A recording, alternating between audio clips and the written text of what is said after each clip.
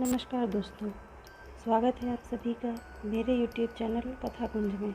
आज मैं जो आपको कहानी सुनाने जा रही हूँ उसका शीर्षक है बियाबान में, जो कि सारा राय द्वारा लिखित है। तो आइए शुरू करते हैं। आजकल मैं लिखने की कोशिश करती हूँ पर मन में कोई ख्याल नहीं आते। हमारे शहर में नौकरी पाने की गुंजाइश कम है। टीचर, पत्रकार, डॉक्टर, वकील, मैंने इनमें से कोई भी कभी भी बनना नहीं चाहा।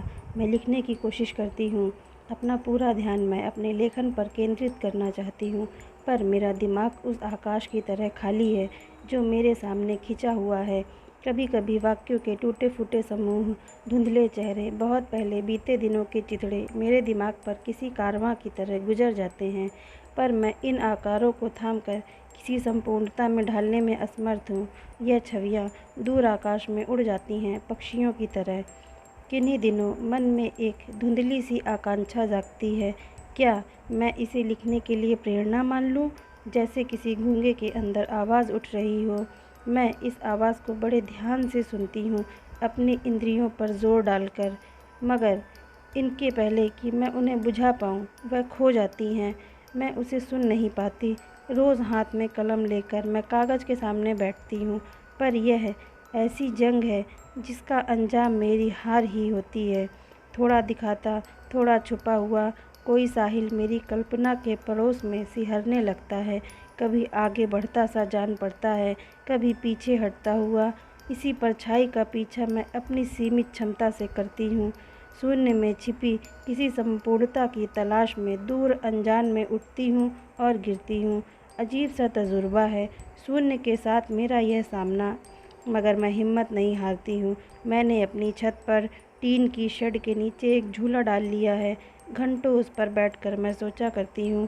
दिन बीत रहे हैं, कभी कुछ पंक्तियाँ लिखती हूँ, फिर उन्हें काट देती हूँ। झूला अपनी जंग खाई हुई जंजीर पर कराहता है। मैं ज़मीन पर पैर से धक्का देती हूँ तो झूला आगे बढ़ जाता है, फिर पीछे आता है तो पैर की एड़ लगाकर उसे रोक देती हूँ। आजकल मेरा यही शगल है। गर्मियों में आसमान सफ़ेद होता है, जाड़ों में नीला, और बरसात में उस पर खुरदुरे धागे उभर आते हैं। तब वह खद्दर के दुशाले की तरह दिखने लगता है।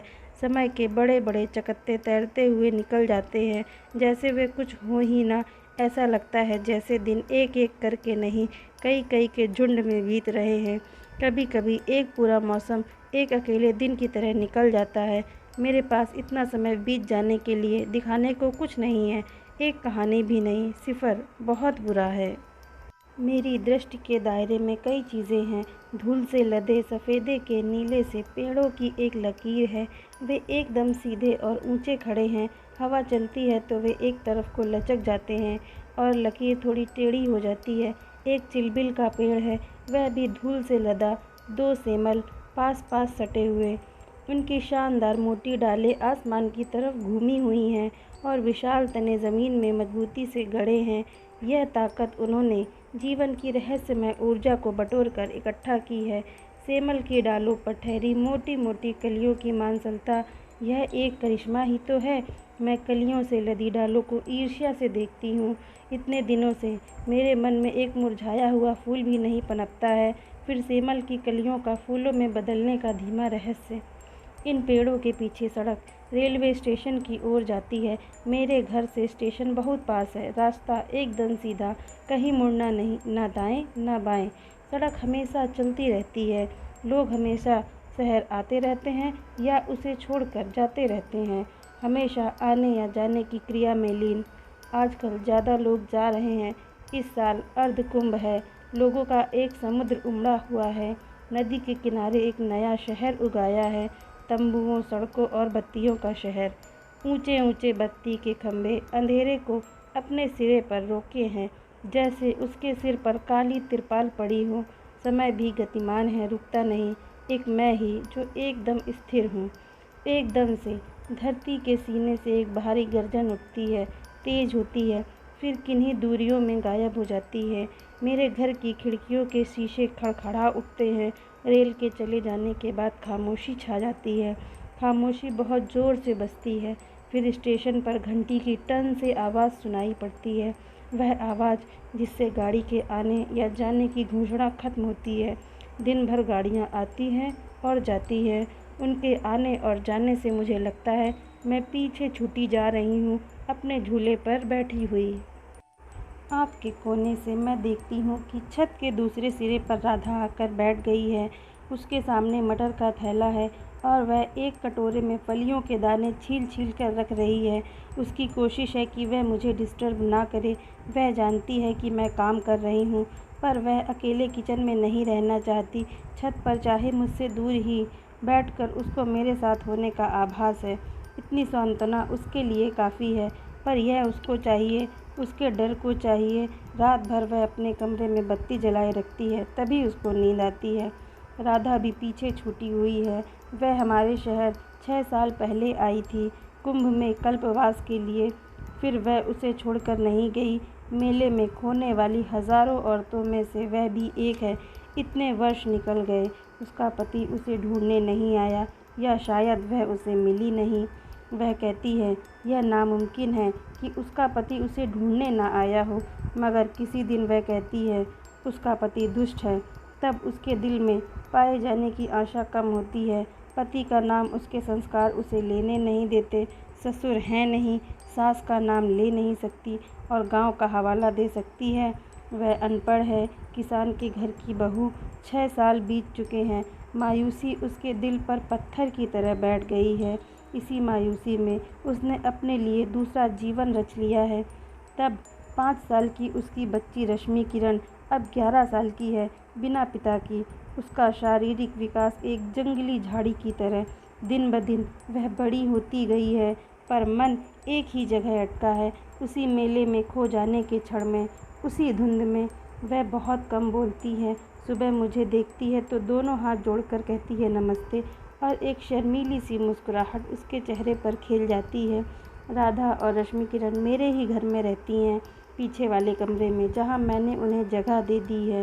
मैं अपने को दयालु समझती हूँ, मगर मैंने ऐसा अपने लिए ही किया है। मुझे उनको शरण देने में सुख मिलता है और मेरा सब काम राधा कर देती है। मेरे स्वार्थ, मेरी उदारता के नीचे एक सांप की तरह मुड़ा हुआ दुबका है। मेरे घर के सामने सड़क की दूसरी तरफ कई दरारों वाली एक पुरानी इमारत है, पीले चूने से पुती हुई। पीले चूने पर कहीं कहीं काले धब्बे हैं, जहाँ पिछली बारिश में काई उगी थी। यह एक स्कूल की इमारत है, महर्षि दयानंद शिक्षा सदन की। इमारत का एक तरफ का हिस्सा ढहा दिया गया है और वहाँ ईंटों और मलबे का ऊंचा सा अंबार है। सुना है यहाँ कुछ नया बनेगा, पर अगर यह सच है तो इस काम में अभी भी कोई तेज़ी नहीं आई है। यहाँ सांप और बिच्छुओं का डेरा है। महर्षि दयानंद शिक्षा सदन का बोर्ड बाहर टंगा है और वह भी जंग खाया, बदरंग और छिदहा हो गया है। किसी नुचे कुचे जानवर की याद दिलाता है। हवा चलती है तो बोर्ड की लकड़ी का फ्रेम थकान से चरमरा उठता है, मगर इस इमारत में स्कूल अभी चलता है। आसपास की बस्ती के बच्चे इसी में पढ़ते हैं। रश्मि किरण का नाम भी मैंने इसमें लिखवा दिया है। बच्चों के पहाड़े रटने और कविता गाने की आवाज़ें मुझे यहाँ अपने झूले पर सुनाई देती हैं। फिर छुट्टी की घंटी बजती है तो लाल स्वेटर पहने बच्चे पुरानी इमारत से लुढ़कते हुए से निकलते हैं। एक तरफ लटके हुए फाटक में से बाहर को धक्का देते हुए वे बोर्ड के सामने से गुजर जाते हैं, जैसे बरसात के दिनों में धरती में से ढेरों वीर बहुटियाँ एकदम से निकल आई हों। मैं राधा की तरफ सिर घुमा कर देखती हूँ। इसे वह पास आ जाने की इजाज़त की तरह पड़ती है। वह मटर वहीं छोड़कर मेरे पास आती है। क्या है या नहीं है इस औरत में कि उसके पति ने उसको लेने आना ज़रूरी नहीं समझा। मेरी आंखें उसके हुलिये पर फिसल जाती हैं। तबाक जैसा चेहरा, उसके मुकाबले में शरीर थोड़ा ठिंगना, काले जट बाल, सांवला रंग। उम्र का अंदाज़ा लगाना मुश्किल है, शायद 35 या 36। हरे रंग की सूती किनारेदार साड़ी, बिना आकर्षण के तो बिल्कुल नहीं। उसकी आंखें चिंतित हैं, उसमें कल के लगे सुरमे की धुंधली सी लकीर है, किसी याद की तरह। आज फिर वह अपने पति को चिट्ठी लिखवाना चाहती है।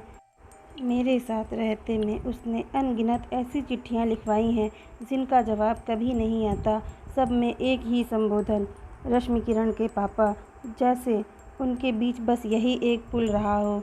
किसी किसी दिन न जाने उसे क्या होने लगता है, आकर मुझसे कहती है, आज मेरा दिल जल रहा है, कोई मुझे याद कर रहा है। कैसे जलता है दिल? मेरा दिल किसी के लिए नहीं जलता। वह अनपढ़ है, चिट्ठियाँ तो मुझे ही लिखनी होती है।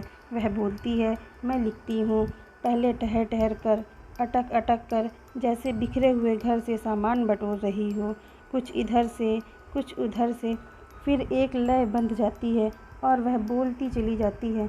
बड़ी छोटी मामूली से मामूली बातें धारा प्रवाह उसके मुंह से निकलती हैं। लंबे लंबे लच्छेदार वाक्य, शब्द ही शब्द, शब्दों की झड़ी।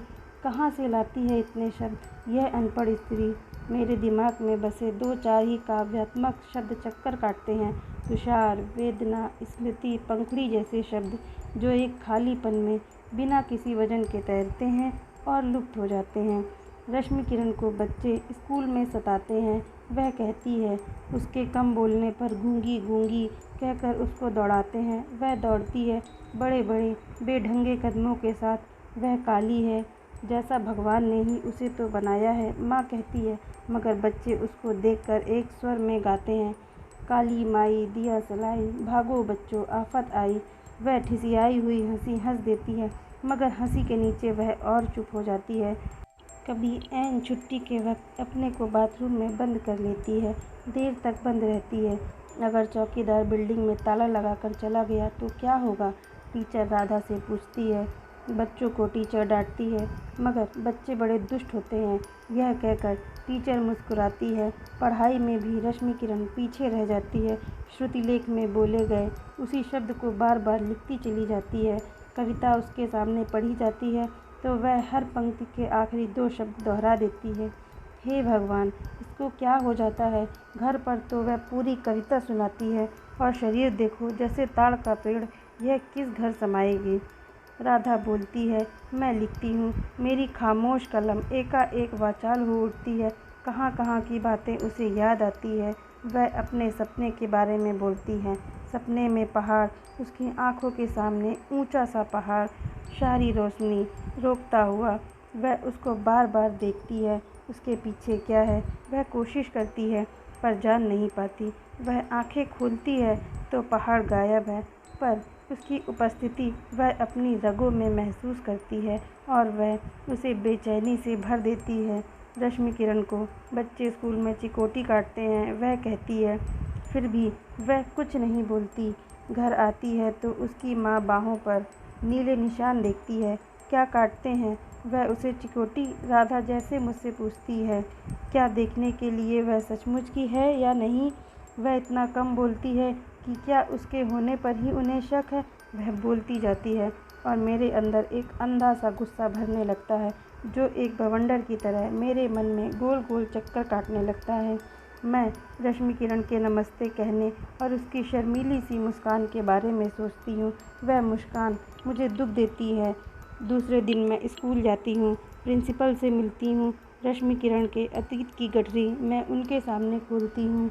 मेले में खोने वाली लड़की बिना पिता की, क्या स्वाभाविक नहीं कि वह सन्नाटे में रहती है? कि वह और बच्चों की तरह जल्दी जल्दी काम नहीं कर पाती? क्या इसका मतलब है कि और बच्चे उस पर अत्याचार करें और स्कूल वाले कुछ न बोलें? क्या इसलिए उसका नाम इस स्कूल में लिखवाया गया है? ढेरों प्रश्न मेरे मुंह से भड़बड़ाते हुए निकलते हैं। प्रिंसिपल अपने मोटे काले चश्मे के पीछे से मुझे स्थिर आंखों से देखती है। इतने गुस्से में मत बोलिए, वह कहती है और दरवाजे पर टंगा कृपया शांति रखें का बोर्ड मुझे दिखाती है। फिर कहती है, आप भरोसा रखिए, मैं रश्मि किरण को बहुत दिनों से देख रही हूँ। वह और बच्चों से फ़र्क नहीं है, बस उसके मन में ताला लगा है। जिस दिन ताला खुलेगा वह बिल्कुल सामान्य हो जाएगी। धीरज रखिए, बच्चों के साथ उसे संबंध बनाने दीजिए, इसी में उसका भला है। आप बीच में मत बोलिए। प्रिंसिपल की बातें सुनकर मैं एकदम सीधी बैठ जाती हूँ। थोड़ा तसल्ली होती है। इस कमज़ोर सी तसल्ली को लेकर मैं राधा के पास आती हूँ, जैसे उसे कोई भेंट दे रही हूँ। मौसम बदल रहा है। सेमल के फूल कलियों में बदल चुके हैं। कलियों ने फटकर हवा में रुई बिखेरना शुरू कर दिया है। लगता है जैसे बर्फ़ का तूफ़ान आ गया है। एकदम नर्म सफ़ेद रुई के गोले जो अब तक फलियों के अंदर अपनी रेशमी चमक लिए बड़े अनुशासन के साथ बंद थे, हवा की आज़ादी पाकर फूल के कुप्पा हो गए हैं, चारों तरफ उड़ने लगे हैं, पागल से नाच में लहराने लगे हैं। चिलबिल की सूखी डालों पर भी धूल के पीछे से हरियाली झांकने लगी है। मैं पेड़ों में चिड़ियों के पंखों की हरकत महसूस करती हूँ। लाल गाल वाली बुलबुल ने बिजली के खंभे पर बैठकर गाने में अपनी कहानी उगलना शुरू कर दिया है। अपने झूले पर बैठी मैं पिछले दिल के लिखे को बार बार पढ़ती हूँ। मेरी आंखें काले अक्षरों पर ठहरती हैं, उनकी सतह भर को छूती हुई परे हट जाती हैं। मेरा ध्यान सामने वाले कमरे के शीशे की खिड़की पर चला जाता है। उसके पीछे कमरे के अंदर एक चिड़िया फंस गई है। पीछे की खिड़की खुली रह गई होगी, अनचक्के में चिड़िया अंदर उड़ आई होगी। एक छोटी सी गौरैया है, वह बाहर निकलने की कोशिश में बार बार खिड़की के शीशे से टकरा जाती है। पारदर्शी शीशा खुली हवा की तरह दिखता है। गौरैया को शायद वही वहम है। वह बार बार आकर टकराती है। टकरा जाने पर वह और घबरा जाती है। उसके पंख बदहवासी में फड़फड़ाते हैं। मुझे लगता है इस तरह वह अपने को लहूलुहान कर लेगी। मैं अंदर जाकर खिड़की खोल देती हूँ। गोल गोल चक्कर काटती हुई चिड़िया एकदम से बाहर उठती है। उसके पंखों का हल्का सा फड़फड़ाता स्पर्श मेरे कानों के पास होता है। आकाश के विस्तार में वह खो जाती है। उसकी आज़ाद उड़ान देखकर मुझे अच्छा लगता है। तुमने रश्मि किरण का नाम रश्मि किरण क्यों रखा? मैं राधा से पूछती हूँ। रश्मि और किरण का तो एक ही मतलब है, सूरज की रोशनी। फिर दे बार उसी को क्यों नाम रखा? वह कुछ देर तक बिना बोले मुझे देखती रहती है। फिर धीमे धीमे उसकी आंखों में एक रोशनी आती है। पहली बार मैं उसके मुस्कुराहट की एक झलक देखती हूँ, ममता और गर्व की एक छाया। क्योंकि मेरी रश्मि में कितनी चमक है, आपने देखा नहीं? उसके जवाब से मैं झेप जाती हूँ।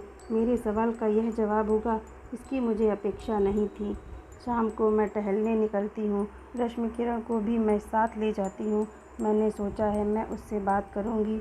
कौन से बियाबान में रहती है ये लड़की? प्रिंसिपल की ताले वाली बात मुझे याद आती है। स्कूल की हद के बाहर सड़क पर ही एक टूटी फूटी खचड़ा सी बस खड़ी है। एक ज़माने से यहाँ खड़ी है, शायद कभी स्कूल के लिए ही इस्तेमाल होती रही होगी। मगर बस पर आधे मिटे नीले अक्षरों से लिखा है, तथागत टूर्स एंड ट्रेवल्स। मैं थोड़ी देर इसके बारे में सोचती हूँ। अगर बस स्कूल की नहीं है तो यहाँ क्यों खड़ी है?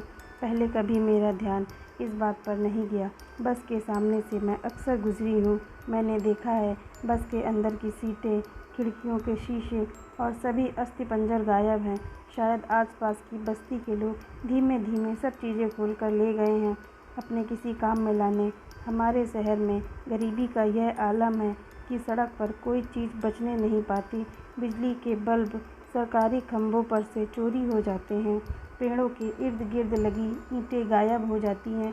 कभी समूचे पेड़ रातों रात कट जाने के जलाने के काम के लाए जाते हैं।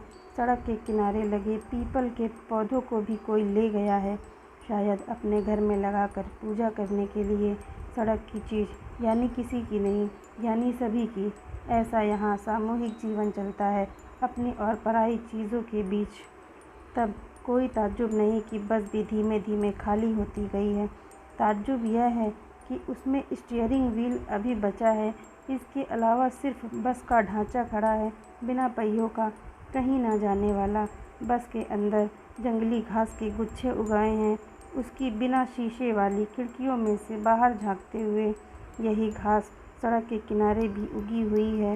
रात में सुना है बस के अंदर कई तरह के खतरनाक गिरोह जमा होते हैं, चोर, जुआड़ी, गंजेड़ी, शराबी। बस एकदम खस्ता हाल है। वह दिन दूर नहीं जब वह बैठ जाएगी, धरती में समा जाएगी, घास और लोगों के अपने संसार को लिए दिए। आज ही राधा ने मुझसे कहा है, रश्मि किरण बस में चढ़ने के लिए जिद करती है। स्कूल जाते समय वह मचल जाती है, आगे नहीं बढ़ना चाहती है।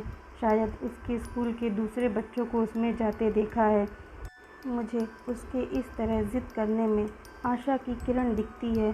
उसने किसी चीज़ के लिए तो इच्छा दिखाई है, पर उसकी माँ उसे बस में चढ़ने नहीं देती। उसके मन में वह बुरे कामों के साथ जुड़ी हुई है।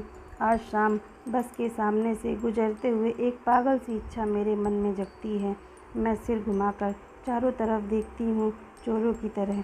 कोई देखेगा तो क्या समझेगा, यह पागल अधेड़ औरत। फिर मैं रश्मि किरण की ओर देखती हूँ।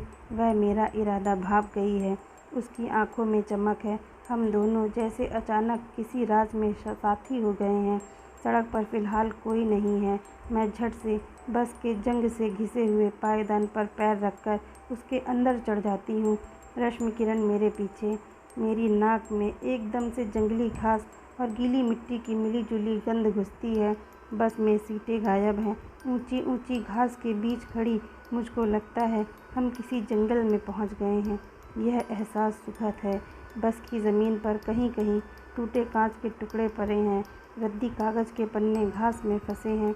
ढलते सूरज की लाली बस की टूटी खिड़कियों से अंदर आकर कांच के टुकड़ों को भी लाल रंग रही है। मन में बढ़ते आवेग के साथ मैं बस के अंदर आगे बढ़ती हूँ। पीछे के दरवाजे से आगे की तरफ हम ड्राइवर की केबिन में पहुँच जाते हैं। मैं स्टीयरिंग व्हील पर हाथ रखती हूँ। ताज्जुब है कि वह अपनी जगह पर मजबूती से गड़ा है। मैं उसे दोनों हाथों से घुमाती हूँ तो वह घूम जाता है। मैं अपने को उसे तेज़ी से घुमाते हुए पाती हूँ, कभी दाएं कभी बाएं। रश्मि किरण के मुंह से एक किलकारी निकलती है जो मुझे आश्चर्यजनक लगती है। फिर मेरा आश्चर्य और भी बढ़ता है। मैं महसूस करती हूँ कि बस धीमे धीमे ऊपर उठने लगी है, ऊपर ही उठती जा रही है। मेरा दिल बल्लियों उछलने लगता है। हम नीचे देखते हैं, एक खामोश बच्ची और एक खामोश औरत। हम नीचे सड़क को देखते हैं, स्कूल को, अपने घर को, उस पूरी बस्ती को जहाँ इतने लोग रहते हैं। मुझे लगता है यह नज़ारा इतनी सफाई से मैं पहली बार देख रही हूँ। धन्यवाद दोस्तों। अगर आपको यह कहानी पसंद आई तो इस वीडियो को लाइक करना ना भूलें और ऐसी ही मज़ेदार कहानियाँ सुनने के लिए जुड़े रहें हमारे चैनल से और हमारे चैनल को सब्सक्राइब ज़रूर करें।